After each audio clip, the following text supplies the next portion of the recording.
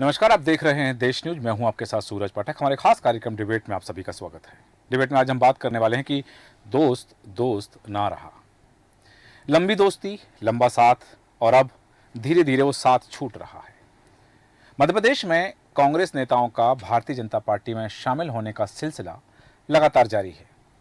पूर्व नेता प्रतिपक्ष अजय सिंह के समर्थक और रीवा के पूर्व सांसद देवराज सिंह, पूर्व लोकसभा प्रत्याशी सुधीर सिंह तोमर, नागौद के पूर्व विधायक यादवेंद्र सिंह सहित कांग्रेस के कई नेताओं और कार्यकर्ताओं ने भारतीय जनता पार्टी की सदस्यता ली। भोपाल में प्रदेश भाजपा कार्यालय में मुख्यमंत्री डॉक्टर मोहन यादव, भारतीय जनता पार्टी के प्रदेश अध्यक्ष वी डी शर्मा ने इन नेताओं को भारतीय जनता पार्टी की सदस्यता दिलाई। मुख्यमंत्री कमलनाथ के करीबी रहे पूर्व मंत्री दीपक सक्सेना के बेटे अजय सक्सेना भी भारतीय जनता पार्टी में शामिल हो गए हैं। वहीं दीपक सक्सेना भी बताया जा रहा है कि 27 मार्च को भारतीय जनता पार्टी का दामन थाम सकते हैं। उन्होंने आज कांग्रेस के इस पदों से इस्तीफा दे दिया है। पूर्व मंत्री रहे दीपक सक्सेना के बेटे अजय सक्सेना 200 समर्थकों के साथ भारतीय जनता पार्टी में शामिल हुए। मुख्यमंत्री डॉक्टर मोहन यादव, प्रदेश अध्यक्ष भारतीय जनता पार्टी के वी डी शर्मा और ज्वाइनिंग कमेटी के प्रदेश संयोजक डॉक्टर नरोत्तम मिश्रा की मौजूदगी में उन्होंने भारतीय जनता पार्टी की सदस्यता ली। पूर्व विधायक सरियाम की बेटी सुहागवती सरियाम भी भारतीय जनता पार्टी में शामिल हो गई हैं। दीपक सक्सेना ने कमलनाथ को पत्र लिखकर इस्तीफे की जानकारी दी। पत्र में पुराने संबंधों का हवाला दिया। आपको बता दें कि जब कमलनाथ को पहली बार टिकट मिली थी छिंदवाड़ा लोकसभा सीट से और मध्य प्रदेश का उन्होंने रुख किया था और उन्होंने पूछा था इंदिरा गांधी से कि ये छिंदवाड़ा है कहाँ, और जब वो पहली बार छिंदवाड़ा आए तब से आज तक दीपक सक्सेना ने उनका साथ दिया। और आज यदि कमलनाथ हैं, कमलनाथ को कमलनाथ बनाने में दीपक सक्सेना की अहम भूमिका, लेकिन अब उन्होंने साथ छोड़ दिया और त्यागपत्र में उन्होंने लिखा है कि वर्तमान परिस्थिति में मैं अपने दायित्वों का निर्वहन नहीं कर सकूंगा, इस कारण मैं विधायक, प्रतिनिधि एवं संगठन के सभी पदों से त्यागपत्र दे रहा हूं। मध्य प्रदेश में लोकसभा चुनाव से पहले दल बदल का दौर जारी है। क्या वास्तव में कांग्रेस के नेताओं का कांग्रेस से मोह भंग हो गया है, या महत्वाकांक्षाएं उन्हें भारतीय जनता पार्टी की ओर ले जा रही हैं, या फिर भारतीय जनता पार्टी कांग्रेस के नेताओं को अपनी ओर शामिल करके कांग्रेस का मनोबल तोड़ना चाह रही है? इसके पीछे क्या रणनीति है, क्या स्थितियां हैं, हम इन पर विमर्श करेंगे। चर्चा में खास मेहमान हमारे साथ हैं, आपका परिचय कराते हैं। हमारे साथ हैं भारतीय जनता पार्टी के प्रवक्ता पंकज चतुर्वेदी जी। पंकज चतुर्वेदी जी, बहुत स्वागत है आपका देश न्यूज में। साथ ही हमारे साथ में शैलेंद्र मिश्रा शैली जी हैं, राजनीतिक विश्लेषक, आपका बहुत स्वागत करते हैं। और हमारे साथ रमाकांत पटेल जी हैं, आम आदमी पार्टी के प्रवक्ता। रमाकांत जी, आपका स्वागत करते हैं। और सबसे पहले मैं आना चाहूँगा पंकज चतुर्वेदी जी आपके पास। सवाल है कि कांग्रेस से लगातार पलायन जारी है और कांग्रेस के दिग्गज नेता लंबा अरसा कांग्रेस में बिताने के बाद अब वह भारतीय जनता पार्टी का दामन थाम रहे हैं। बिल्कुल सीधा सवाल, क्या उन नेताओं का कांग्रेस से मोह भंग हो रहा है? क्या उन्हें भारतीय जनता पार्टी की विचारधारा आकर्षित कर रही है? क्या ज्वाइनिंग कमेटी के द्वारा उनसे जो संपर्क किया जा रहा है वो इसकी वजह है, या फिर उन्हें अब भारतीय जनता पार्टी में अपना और अपनी राजनीति का भविष्य दिख रहा है? देखिए सूरज जी, जितना मैं समझ पाया हूँ जी कि इनमें से जो भी लोग शामिल हो रहे हैं जी उनका स्पष्ट मत है कि नरेंद्र मोदी जी की जिस प्रकार परिवर्तनकारी विकासवादी राजनीति रही पिछले 10 साल की देश के संदर्भ में, जी अगले 25 साल के भारत का विजन कि 2045 का भारत कैसा होगा, और जिस प्रकार के ऐतिहासिक विकास कार्य हुए जिसको हम कहते हैं मोदी की गारंटी, हाँ, उस आधार पर मध्य प्रदेश देश का ऐसा राज्य है जहां आज जैसा हमारी ज्वाइनिंग टोली के प्रमुख नरोत्तम जी उन्होंने बताया कि लगभग 15,000 के आसपास कांग्रेस के कार्यकर्ता अकेले मध्य प्रदेश में कांग्रेस छोड़कर भाजपा में शामिल हो चुके हैं। और सबसे बड़ा कारण नरेंद्र मोदी जी की रीति पर विश्वास और कांग्रेस का फ्लॉप नेतृत्व। अब देखिए कि किस प्रकार आज जो आयकर का विषय उसके ऊपर देश से झूठ बोला, स्वयं कांग्रेस के राष्ट्रीय अध्यक्ष थे, सोनिया जी थी, राहुल जी थे। हाँ, इनकम टैक्स की धारा 13 सूरज जी स्पष्ट कहती है कि राजनीतिक दलों को आयकर नहीं देना है। हाँ, और उसका क्लॉज क्या है, धारा 13 है जी कि यदि आप हर असेसमेंट ईयर में अपनी विवरण नहीं प्रस्तुत करते, रिटर्न फाइल नहीं करते, तो ये धारा 13 की छूट सच में समाप्त हो जाएगी। विवरण किस चीज का देना है? 20,000 रुपए से कम और 20,000 से अधिक क्या डोनेशन आए, उसकी प्रॉपर सर्टिफाइड चार्टर्ड अकाउंटेंट से एक ऑडिटेड रिपोर्ट पेश करनी पड़ती। कांग्रेस पार्टी ने 2018-19 से रिपोर्ट प्रस्तुत नहीं करी। 2021 में कांग्रेस पार्टी के ऊपर पेनल्टी लगाई इनकम टैक्स में, क्योंकि फिर आप वो छूट से 13 से बाहर हो जाते हैं, और 105 करोड़ का टैक्स की जिम्मेदारी निकाली।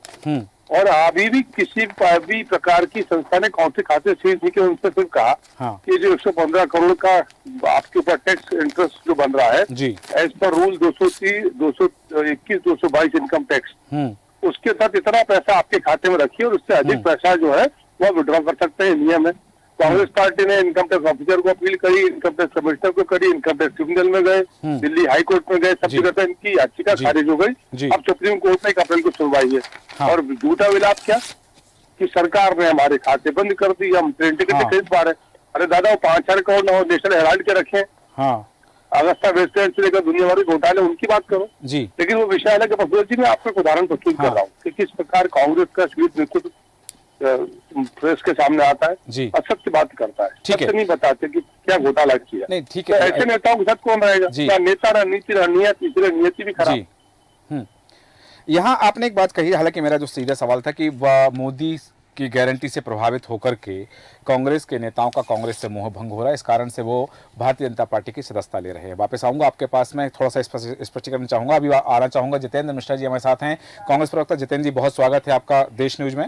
और जितेंद्र जी, आपसे सीधा सवाल करना चाहूंगा कि वही सवाल जो मैंने अभी किया था पंकज जी से, कि क्या कांग्रेस के नेताओं को अब कांग्रेस में अपना राजनीतिक भविष्य नहीं दिखाई दे रहा है?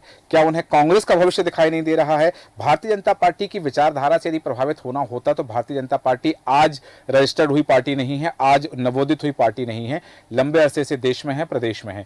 अब कांग्रेस के नेताओं का मोहभंग क्यों हो रहा है? और ये जो आज हम बात करें अजय सिंह के गढ़ में सेंध लगी है, आज हम बात करें कमलनाथ के गढ़ में कांग्रेस कमजोर हो गई है, एक पुराने साथी ने जिनका हमेशा उनका साथ दी, यहां तक कि विधानसभा चुनाव के लिए उनकी अपनी सीट तक छोड़ दी, वो अब कांग्रेस से पलायन कर रहे हैं। देखिए सूरज जी, सबसे बड़ी चीज तो ये है, खाली ये कांग्रेस के लोग पलायन नहीं हुए, भारतीय जनता पार्टी के लोग। आपने देखा हरियाणा के सांसद ने कांग्रेस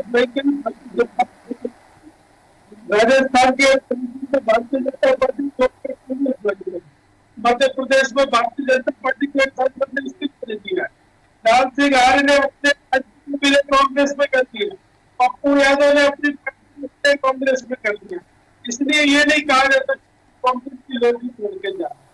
अभी पंकज जी को सुनता।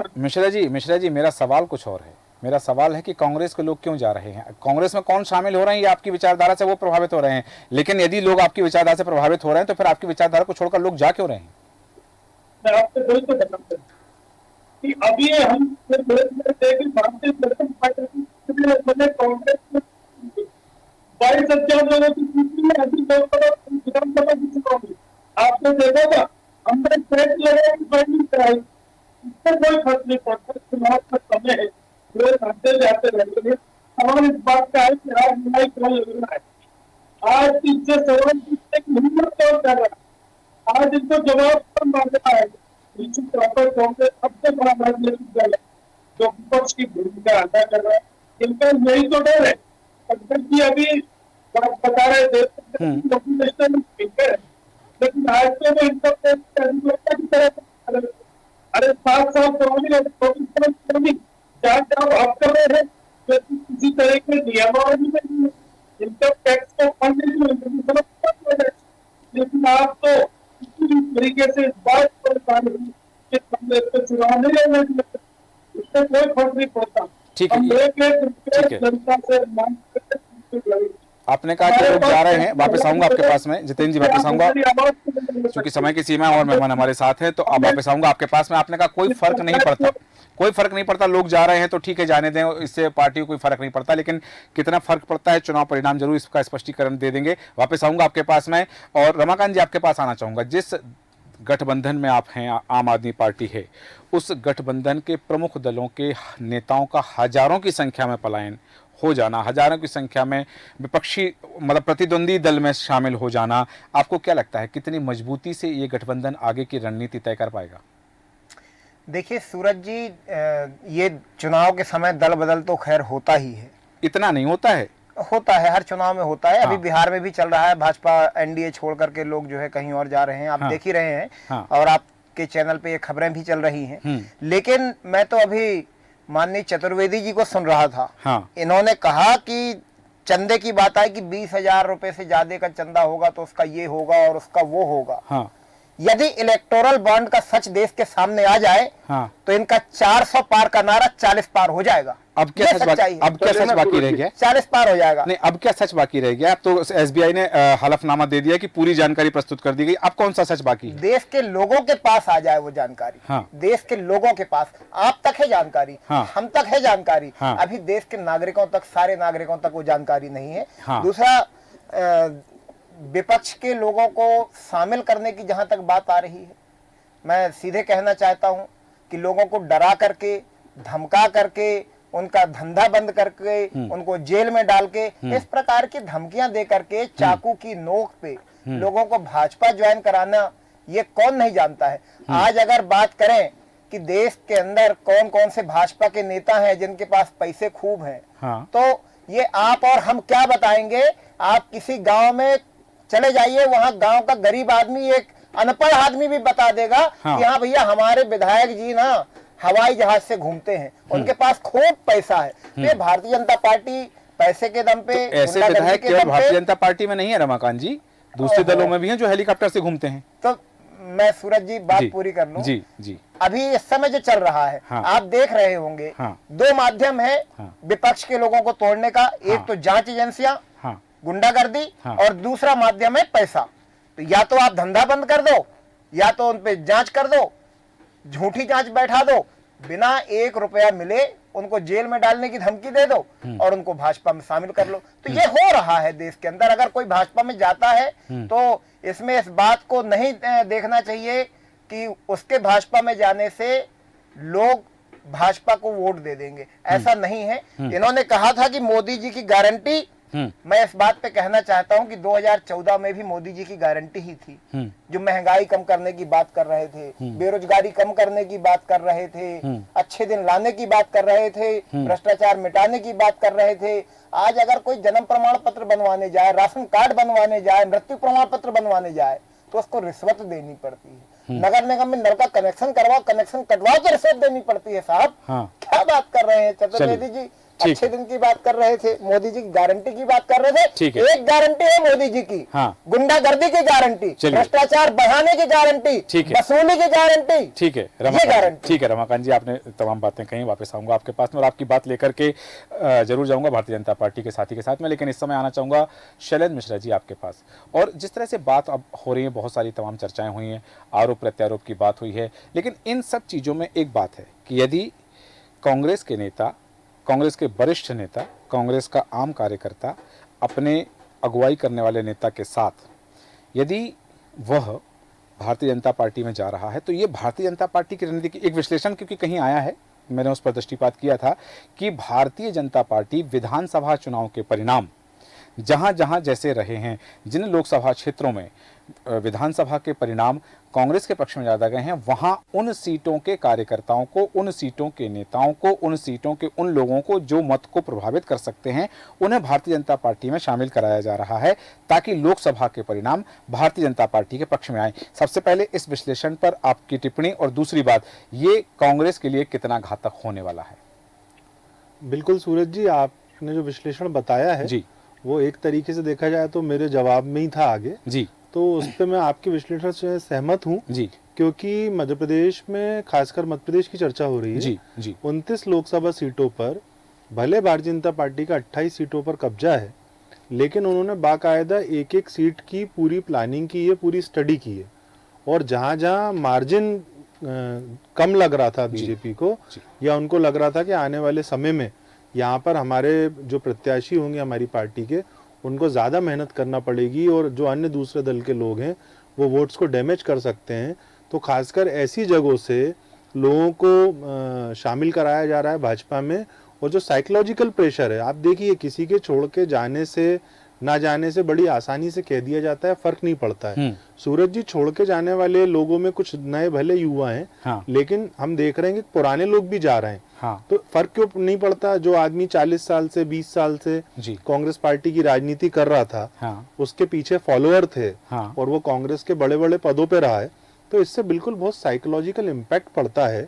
और खासकर मतदाता को भी एक, जब ये लगने लगता है कि भाई ये तो जो पार्टी है निरंतर कमजोर हो रही है, हाँ। इनके लोग छोड़ के जा रहे हैं, हाँ। तो वो मतदाता भी कहीं ना कहीं उन चीजों से प्रभाव में आ जाता है। मैं ये नहीं कहता कि वो वोट में की शक्ल में कन्वर्ट होगा या नहीं होगा, तो ये तो एक चिंता का विषय है। और क्योंकि हम पूर्व में भी आपकी डिबेट में कई बार चर्चा कर चुके हैं, कांग्रेस का जो आंतरिक, जो संगठन का जो आंतरिक लोग हैं, वो कहीं ना कहीं कांग्रेस की आइडियोलॉजी को जो है वो सही तरीके से अपने नए लोगों को और पुराने लोगों को नहीं बता पा रहे हैं। भाई ऐसा तो है नहीं कि अभी 2018 में कांग्रेस की मध्य प्रदेश में सरकार बनी थी और 15 माह मध्य प्रदेश में सरकार चली, तो उस दौरान भी लोग नाराज हुए, पार्टी छोड़ के गए। अब लोकसभा के चुनाव में क्योंकि भारत में जिस तरीके से चीजें हो रही हैं, घटनाक्रम हो रहे हैं, तो एक बड़े वर्ग को लगता है कि बीजेपी मजबूत स्थिति में, जबकि हम इसी चर्चा में हमने पहले देखा, अभी बता रहे थे जी। तो आप बिहार देखिए, पश्चिम बंगाल देखिए, तमिलनाडु देखिए, आंध्र देखिए, कर्नाटका देखिए आप, और जो स्टेट्स हैं जहाँ पे बीजेपी नहीं है, तो वहां पर बीजेपी का माहौल नहीं है। लेकिन जो क्रेडिबिलिटी की और जो क्रेडिबिलिटी होने के बाद जो डिलीवरी की जो बात है, इसमें कांग्रेस को ध्यान रखना होगा। और भी भारत के अन्य दल हैं बीजेपी कांग्रेस के अलावा, आम आदमी पार्टी का वर्कर क्यों नहीं छोड़ के जा रहा? उनके तो नेता पे संकट आ गया है, उनके कई नेता जो हैं वो इस वक्त जेल की हवा खा रहे हैं। तो मुझे ऐसा लगता है यहाँ पर जो संगठन का जो ढांचा होता है और जिन लोगों को जिम्मेदारी दी जाती है संगठन चलाने की, ये उनके और कार्यकर्ताओं के बीच के और नेताओं के बीच के जो संवाद का जो अभाव है, ये एक बड़ा कारण मैं मानता हूँ। कुछ एक इसमें प्रतिशत सूरज जी है जी, हो सकता है कुछ एक लोग दबाव में रहे होंगे जिनके बड़े कारोबार हैं। सूरज जी, दूसरा प्रश्न दोबारा पूछेंगे आप कि कांग्रेस को इससे कितना नुकसान होने की संभावना है? जी निश्चित ही, देखिए मध्य प्रदेश में तो कांग्रेस के हिस्से में नुकसान बढ़ता जा रहा है। और जिस प्रकार से अभी छिंदवाड़ा की बात चल रही है जी, छिंदवाड़ा में हम देख रहे हैं कि सक्सेना जी जो हैं वो बहुत वरिष्ठ कांग्रेस के नेता हैं। हाँ। उनके बेटे चले गए हैं, अपने साथ बहुत सारे लोगों को ले गए हैं, कुछ अन्य लोग चले गए हैं। 1980 से कांग्रेस का गढ़ रहा है छिंदवाड़ा। कमलनाथ जी की लॉन्चिंग के बाद से लगातार वहां पर कांग्रेस का कब्जा रहा है। बराबर। और कमलनाथ जी ने उस क्षेत्र में काफी लंबे वक्त तक बहुत अच्छा काम भी किया जी। अब यहाँ पर देखिए जो परेशानी और जो संकट जो खड़ा हो जाता है कि विरासत तो हम अपनी औलादों को ही देंगे। हाँ। ये आज पूरे भारत की राजनीति का जो परिदृश्य है जी, उसमें ये चीज बड़ी हावी है। हाँ। 40-45 साल की राजनीति में छिंदवाड़ा में कोई कांग्रेस पार्टी का ऐसा कार्यकर्ता तैयार नहीं हो पाया जो लोकसभा का चुनाव लड़ ले। लोकसभा का चुनाव होगा तो कमलनाथ जी लड़ेंगे, उनकी पत्नी लड़ेंगी, उनके बेटे लड़ेंगे, ये आने वाले समय में कोई और लड़ेगा, उनकी बहू हो सकती है प्रियानाथ। ये चिंता का विषय है। हालांकि उस क्षेत्र में उनका समर्थन भी बहुत ज्यादा मिलता है, तो वहां के कार्यकर्ता ही डिमांड करते हैं कि कमलनाथ जी लड़े या उनके घर से कोई लड़े। लेकिन मेरा मानना है कि इतने बड़े नेता को ऐसा वहां व्यवस्था देना थी कि वहां दूसरी लाइन तैयार हो पाती। आप देखिए आज मध्य प्रदेश में कांग्रेस के साथ जो बड़ी समस्या है जी, जो सेकंड लाइन के लोग थे, ज्योतिरादित्य सिंधिया जी थे, वो 2020 में छोड़ के चले गए। क्यों चले गए? जग जाहिर है, बार बार दोहराने की बात नहीं है। उनके साथ कहीं ना कहीं पार्टी के भीतर मध्य प्रदेश के जो वरिष्ठ कांग्रेस के लोग थे वो नाइंसाफी कर रहे थे। अब पचौरी जी का भी यही आरोप रहा कि 2011 के बाद पार्टी ने उन्हें कुछ दिया नहीं, जबकि हमारे आपके संज्ञान में है कि लोकसभा के बाद उनको 2 बार विधानसभा का चुनाव भी लड़ने का पार्टी ने मौका दिया था। बिल्कुल। तो सूरज जी, कम शब्दों में पूरी बात यह है जी कि अगर राहुल गांधी जी को पूरे देश के कांग्रेस पार्टी के कार्यकर्ता स्वीकार कर रहे हैं, प्रियंका जी को कर रहे हैं, ये भी तो भाई पैराशूट एंट्री है। हाँ। तो आप लोगों को कांग्रेस पार्टी को अब खासकर वक्त जो है वो जनता से जुड़ने का, मैं हमेशा अपनी डिबेट में कहता हूँ, हार होगी जीत होगी ये समय तय करेगा। हाँ। आप तो संगठन को जोड़ो, संगठन में लोगों को जोड़ो और आपकी जो आइडियोलॉजी है उसको आप जमीन पे लेके जाओ। संगठन मजबूत होगा तो कार्यकर्ता जुड़ेंगे, पब्लिक के बीच जाना पड़ेगा। बिल्कुल, पब्लिक के बीच जाना पड़ेगा। सही बात आपने कही। वापस आता हूँ आपके पास में। पंकज चतुर्वेदी जी, आपके पास आना चाहूंगा और 2 बातें लेकर के। एक बात जो जितेंद्र मिश्रा जी ने कही और दूसरी बात रमाकांत जी ने कही। जितेंद्र मिश्रा जी ने कहा कि कांग्रेस को इससे कोई फर्क नहीं पड़ता है और अब जो लोग जा रहे हैं, क्योंकि भारतीय जनता पार्टी में जब कांग्रेस के नेताओं का शामिल होना जारी है तो ऐसी स्थिति में कांग्रेस के ही एक नेता का कहना था कि जो हमारा साथ नहीं दे सकते थे, जो भ्रष्टाचारी थे या जो ऐसे लोग थे, वो जा रहे हैं और कचरा साफ हो रहा है। इस तरह की बातें भी पहले सामने आ चुकी हैं। तो इस बात पर आपकी टिप्पणी चाहता हूं। और दूसरा प्रतिक्रिया चाहता हूं, आपने कहा था प्रधानमंत्री नरेंद्र मोदी की गारंटी की, जिस पर रमाकांत जी ने कहा कि भ्रष्टाचार की गारंटी है प्रधानमंत्री नरेंद्र मोदी। भ्रष्टाचार और इस तरह की बातें उन्होंने जो कही हैं, आरोप जो लगाया, उस पर आपकी प्रतिक्रिया चाहता हूँ। देखिए सूरज जी, पहले भ्रष्टाचार की बात शुरू करते हैं। हाँ। देश में नरेंद्र मोदी जी को सेवा करते हुए 10 साल हो गए, उसके बाद 13 साल गुजरात के मुख्यमंत्री, 23 साल का प्रधानमंत्री और मुख्यमंत्री, कुल मिलाकर नरेंद्र मोदी जी का जन सेवा का कार्यकाल है। यदि इन 23 साल में 23 पैसे का भी कोई आरोप भ्रष्टाचार का लगा भी हो तो सबके सामने हम सब जानते हैं, पिछले चुनाव में कांग्रेस के स्वामी राहुल गांधी ने राफेल को लेकर बहुत शोर किया था, बाद में सुप्रीम कोर्ट में माफी मांगी, फ्रॉड भी था, उनको फटकार मिली कि असत्य आरोप न लगाए और उसको समझकर बोले जब चुनाव के अंत में जाएगा। आज मुझे नहीं पता कि आम आदमी पार्टी के मित्रों ने या कांग्रेस के मित्रों ने देखा है नहीं देखा, पर आज सबसे बड़ी खबर सुबह की आज ये है कि पुतिन ने और जेलेंस्की ने, जो यूक्रेन के राष्ट्रपति हैं, उन्होंने कहा है कि चुनाव के बाद नरेंद्र मोदी जी हमारे यहाँ आए और शांति दूत के ऊपर विषय को समाप्त करवाए। कौन से भारतीय प्रधानमंत्री को इस प्रकार रूस और यूक्रेन के युद्ध में शांति के लिए कॉल किया जाता है? आज भारत की इकोनॉमी तीसरे लेवल की इकोनॉमी है, तीसरे टर्म में हम उसको तीसरे लेवल की इकोनॉमी बना रहे हैं। इस पार्टी के नेता केजरीवाल जी 8-8 बार समन ठुकरा चुके हैं, 9वीं बार भी समन ठुकरा गए। अब कोर्ट ने कहा है, आज रिसेंट है अरविंद केजरीवाल जी का, कोर्ट ने कहा कि भाई क्यों नहीं जाते ईडी के सामने? वो कह रहे हैं मुझे पहले आप गारंटी दो कि ईडी गिरफ्तार नहीं करेगी। अरे भाई गिरफ्तार करती प्रमाण के आधार पर। सत्येंद्र जैन साहब की बेल निरस्त, मनीष सिसोदिया जेल में, संजय सिंह की जेल में। और जहां तक इलेक्शन बॉन्ड का विषय है सूरज जी 9% सांसद हैं देश के कांग्रेस पार्टी के, 9%, 10% भी नहीं है, 9% सांसदों की कांग्रेस पार्टी 1400 करोड़ रुपए, भाजपा की 55% सांसद देश की सदन में, चंदा 6000 करोड़। एक हिसाब किताब। और यदि इलेक्ट्रोल बॉन्ड जब आया था देश की सदन में आया था, अरुण जेटली जी ने प्रस्तुत किया, पूरी व्याख्या करी, उसका मूल भाव ये था कि ये जो काले धन का खेल है उस पर बातचीत बंद हो, स्पष्ट तौर पर सामने दान आए, नंबर 1। नंबर 2, दानदाता की पहचान को इसलिए छुपाया जाए ताकि उसके प्रति विद्वेष की राजनीति ना हो। सहमत थी। पंकज जी, चूंकि समय की सीमा है, एक बहुत सीधा सवाल पूछना चाह रहा हूं, कम शब्दों में उत्तर चाहूंगा कि भारतीय जनता पार्टी में कांग्रेस के नेताओं के आने से कांग्रेस कमजोर हो रही है या भारतीय जनता पार्टी मजबूत हो रही है? देखिए, भारतीय जनता पार्टी निश्चित तौर पर कोई भी कार्यकर्ता जुड़ता है जिसका भाव नरेंद्र मोदी जी के नेतृत्व में देश की सेवा करने का है, वहाँ भारतीय की परम होगा, तो हम तो सशक्त होंगे। पर जिस पार्टी को मध्य प्रदेश में 15,000 कार्यकर्ता छोड़ने के बाद भी यदि कहीं कोई अंतर नहीं पड़ता, जितेंद्र पटवारी बोले कि वो अपनी बिल्डिंग, अपना ग्राउंड समतल कर रहे हैं, फिर नई बिल्डिंग बनाएंगे। अरे प्रभु, धरातल बचा है तब तो बिल्डिंग बनाओगे, क्या हवा में बिल्डिंग बनाओगे? तो ये कांग्रेस पार्टी के नेताओं का अहंकार है। मतलब इसको कहते हैं सूरज जी, रस्सी जल गई वो बल नहीं गए, मिट गई कांग्रेस। 44 सीटों पर समझ गया भारत में, 15 सीटों में केरल की है। उसके बाद सुनने समझने को तैयार है, तो ये वस्तु स्थिति कांग्रेस पार्टी की। चलिए, जैसा कि आपने कहा कि फर्क पड़ता है, जितेंद्र जी आपने कहा था कोई फर्क नहीं पड़ता, लेकिन जैसा कि शैलेंद्र जी ने भी कहा कि फर्क तो पड़ता है और अभी पंकज जी ने भी कहा कि फर्क तो पड़ता है, तो ये जब फर्क पड़ने वाला है, आज अगर केवल 15,000 कार्यकर्ता भारतीय जनता पार्टी में कांग्रेस के शामिल हुए हैं, वो 15,000 वोट तो आपके गए, उनके साथ कितने जाएंगे इसकी तो केवल संभावना पर हम बात कर सकते हैं। लेकिन आपको लगता है कि किसी चुनाव के समय 15,000 वोटों का नुकसान एक पार्टी के लिए कोई फर्क नहीं पड़ता, तो पार्टी फिर चुनाव लड़ क्यों रही है? अभी ये पटेल साहब भी बैठे थे, राम लगन पटेल, उन्होंने आपसे कहा था कि चुनाव है, आना जाना लगा रहता है, तो आपने कहा इतना नहीं लगा रहता। आपको शायद याद नहीं है कि पिछले विधानसभा चुनाव में 22,000 लोगों ने कांग्रेस ज्वाइन की। आपने देखा होगा, हमने बाहर टेस्ट करा ज्वाइनिंग कराई थी। 3 हाल हमारे पास हॉल चल रहे थे।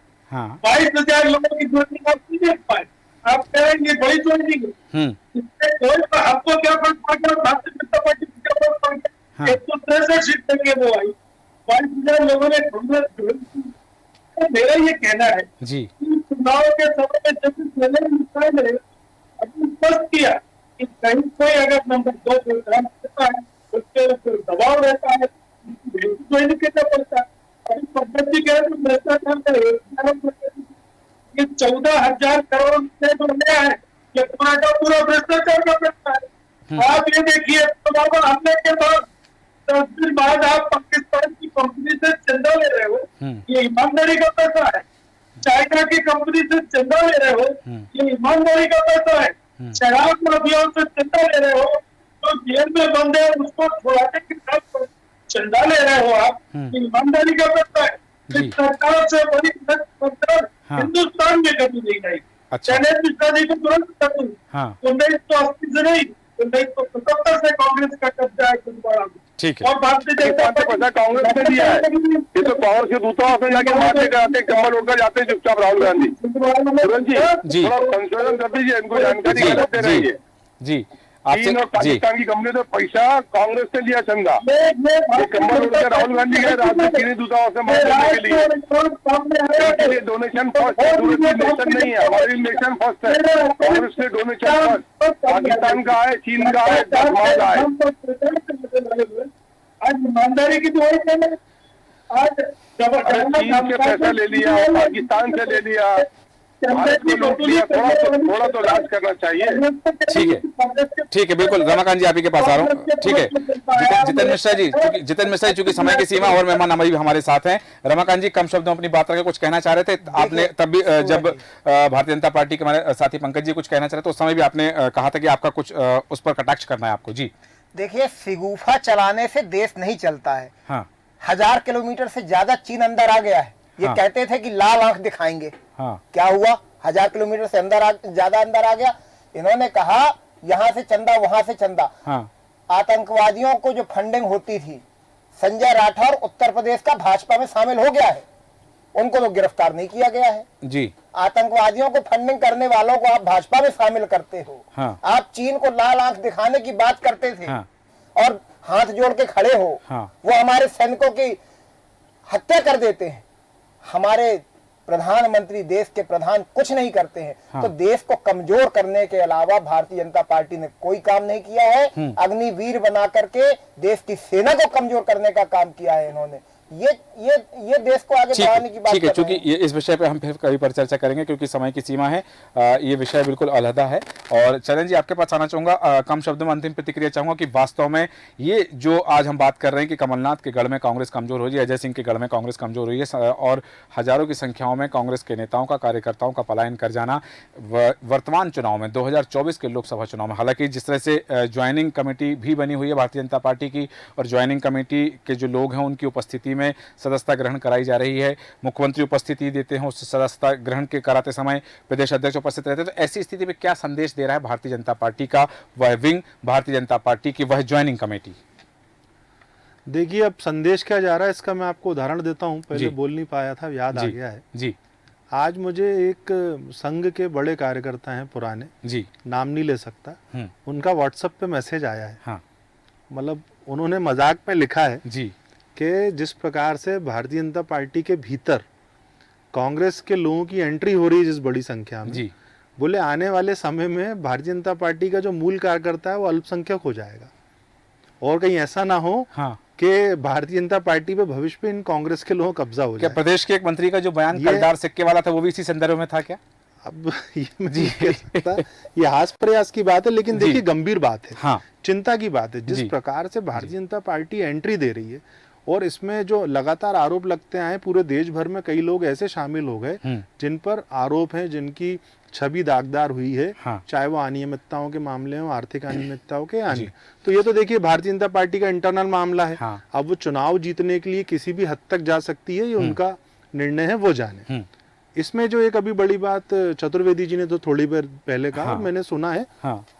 लगभग हर एक भारतीय जनता पार्टी का कार्यकर्ता नेता बोलता है, हाँ। मोदी जी की गारंटी, हाँ। मोदी जी का नेतृत्व। तो अब एक बात बड़ी चिंता की ये है इस टाइम सूरज भाई जी कि भारतीय जनता पार्टी की जो विचार हैं, हाँ। जो रीति नीति है, हाँ। क्या लोग उनसे प्रभावित नहीं हो रहे? हाँ। केवल नरेंद्र मोदी जी से हो रहे हैं? हाँ। ये अनुसंधान का विषय है। ठीक है, ये आपने सही कहा कि ये एक अनुसंधान का विषय है और शोध का विषय है। इस पे कभी चर्चा होना चाहिए। हाँ, कि ये हालांकि इस पे जिस तरह के वक्तव्य बातें टिप्पणियां आती हैं उस पर कई बार कटाक्ष भी हुए हैं कि पहले जब हम कहा करते थे केंद्र की भारतीय जनता पार्टी की सरकार, जब अटल बिहारी वाजपेयी थे तब भी कहा जाता था कि भाजपा की सरकार है, अब कहा जाता है मोदी की सरकार है, मोदी की गारंटी है, भाजपा की गारंटी नहीं है, मोदी की गारंटी है। तमाम तरह की बातें हैं, लेकिन जी जो सुनते आए थे, भारतीय जनता पार्टी का बड़ा मजबूत कैडर है जी, और अभी लगभग 3-4 वर्ष चतुर्वेदी जी को भी वहाँ भाजपा में हो गए हैं जी, और उनको दायित्व भी दिया है, बड़ी जिम्मेदारी से निभा रहे हैं। कांग्रेस पार्टी के पुराने गंभीर नेता रहे हैं जी, तो वो इन बातों को ज्यादा समझेंगे। बिल्कुल। अब बात आ रही है, चलिए वो एक अच्छे प्रसिद्ध चेहरे हो गए, लोकप्रियता बढ़ गई है, तो भारतीय जनता पार्टी भी उन पर भरोसा कर रही है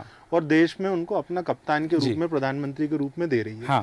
मध्य प्रदेश में तो मुख्यमंत्री बदल दिया, हरियाणा में तुरंत बदल दिया। हाँ। तो ये उनके काडर का ही दम है कि वो कभी भी इस प्रकार के निर्णय लेने में सक्षम होते हैं। अब भविष्य तय करेगा भविष्य में क्या होगा। बिल्कुल, ये भविष्य ही तय करेगा क्या होगा। हालांकि बिंदु और है जिन पर हम चर्चा कर सकते हैं, पर समय हमारी अनुमति नहीं है। जी शैली जी, अब जो मूल बात जो है, मैं बार बार कहता हूँ और खासकर आपके चैनल की डिबेट में हमेशा कहता हूँ, जितेंद्र मिश्रा जी भी बैठे हैं। हाँ। उनको भी कांग्रेस में लंबा वक्त हो गया काम करते करते।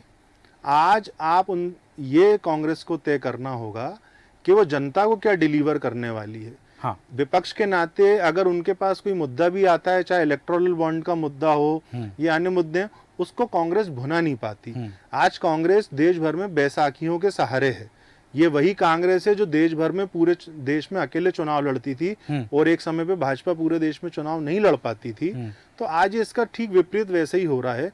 राहुल गांधी किसी जमाने में पैराशूट एंट्री की बात करते थे और खुद ने और उनकी बहन ने कैसे एंट्री ली, ये कांग्रेस को सोचना होगा। आज अगर खड़गे जी देश भर के अध्यक्ष हैं कांग्रेस के, तो क्या उनके अकेले के निर्णय से कांग्रेस चल रही है? कांग्रेस को अपने अंदर दोबारा नए सिरे से पुराने कार्यकर्ताओं को सम्मान देना होगा। मध्य प्रदेश में 29 विधान लोकसभा सीटें हैं सूरज जी। कांग्रेस ने अपने कितने पुराने कार्यकर्ताओं को जो आज भी उनके साथ हैं, अगर वो धनबल में कमजोर हैं तो उनको मौका दिया या नहीं दिया, ये कांग्रेस के लिए चिंता का विषय है। और ये तो मतदाता तय करेगा चुनाव, कौन जीतेगा कौन हारेगा। लेकिन एक बात जो सूरज जी स्पष्ट है, मध्य प्रदेश में जिस तरीके से कांग्रेस का नेतृत्व कमजोर हो रहा है, ये चिंता का विषय है। और ये जो कमलनाथ का गढ़ आपने शब्द उपयोग करा, ये अगर गढ़ नहीं होते, कमलनाथ का गढ़, दिग्विजय सिंह का गढ़, सुरेश पचौरिया गढ़, अरुण यादव का गढ़, राहुल भैया का गढ़, ये अगर गढ़ नहीं होते तो मुझे नहीं लगता आज कांग्रेस की स्थिति हो। बिल्कुल सही कहा कि ये एक एक के गढ़ बन गए थे और अब कांग्रेस जो है पहले कई खेमों में बटी रही, और आज कांग्रेस का जो बंटवारा जिस तरह से हो रहा है वो कहीं ना कहीं कांग्रेस की चिंता जनक हो सकता है। और इसके परिणाम क्या होंगे ये तो जनता ही तय करेगी। जैसा मैंने पूर्व में कहा कि बिंदु और हैं जिन पर हम चर्चा कर सकते हैं, पर समय अनुमति नहीं देता, इसलिए चर्चा को विराम देंगे। पंकज चतुर्वेदी जी, जितेंद्र मिश्रा जी, रमाकांत पटेल जी, शैलेंद्र मिश्रा शैली जी, आप सभी का धन्यवाद चर्चा में शामिल होने के लिए। बातें बहुत सारी हो रही हैं कि अब कांग्रेस कमजोर हो रही है क्योंकि जो कभी दोस्त था अब वो दोस्त नहीं है, अब दुश्मनों से हाथ मिला लिया है। तो ऐसी स्थिति में जहां मध्य प्रदेश में कांग्रेस नेताओं का भारतीय जनता पार्टी में शामिल होने का सिलसिला लगातार जारी है, देखना है कि कांग्रेस के पास चुनाव तक या जिस दिन मतदान होना है या जिस दिन मतगणना होना है उस दिन तक कितने कार्यकर्ता बचते हैं और कांग्रेस कैसे इस चुनाव में भारतीय जनता पार्टी को और भारतीय जनता पार्टी के प्रत्याशियों को मुकाबला दे पाएगी, कितनी कड़ी टक्कर दे पाएगी, ये देखना दिलचस्प होगा। बने रहें देश न्यूज के साथ। नमस्कार।